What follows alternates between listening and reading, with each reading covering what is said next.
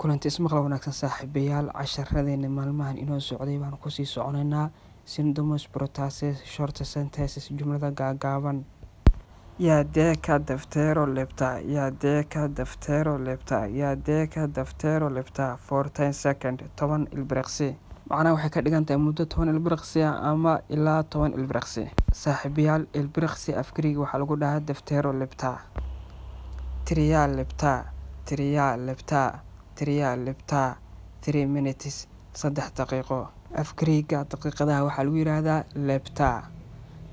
ilbiriqsiga ama sekinka hadeer waxaan kusoo aragnay maxay ahayd daftero lebta daqiiqadana waa lebta marka midna daftero waa ka horeysa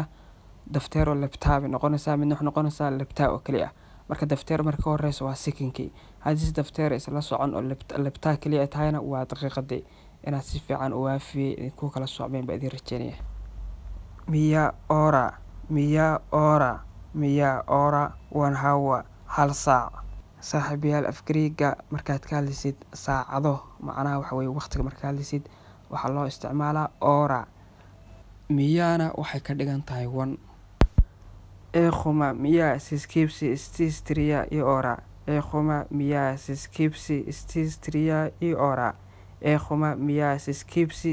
triya ora we have a meeting at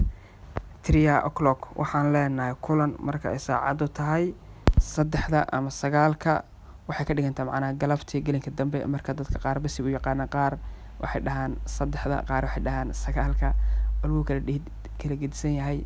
marka adiga ku jirtaa saad u qaadanaysid luqadda Greek kulan waxay ku noqonaysaa siskipsi eekhumana waxa weeye waa haysasho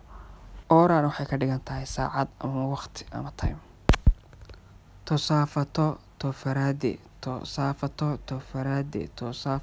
farade on Saturday night habeenka sabtida afkariga waxaa lagu dhahaa saafato habeenkana waxaa lagu yiraahdaa farade sidoo kale ereyada habeenka loo isticmaalo waxaa kamid ah nekhta ayadana waa habeen bay ka dhigan tahay casharkeena maanta saaxiibayaal intaas ku ogyahay waan waxaa Yusuf waxaan idin leeyahay marna guusha ka raja dhiganina laakiin subscribe inaan isku saacidnay insha Allah waan ka rajaynaa salaamka idinka tagay assalaamu calaykum waraxmatullaahi tacaala wabarakaatuh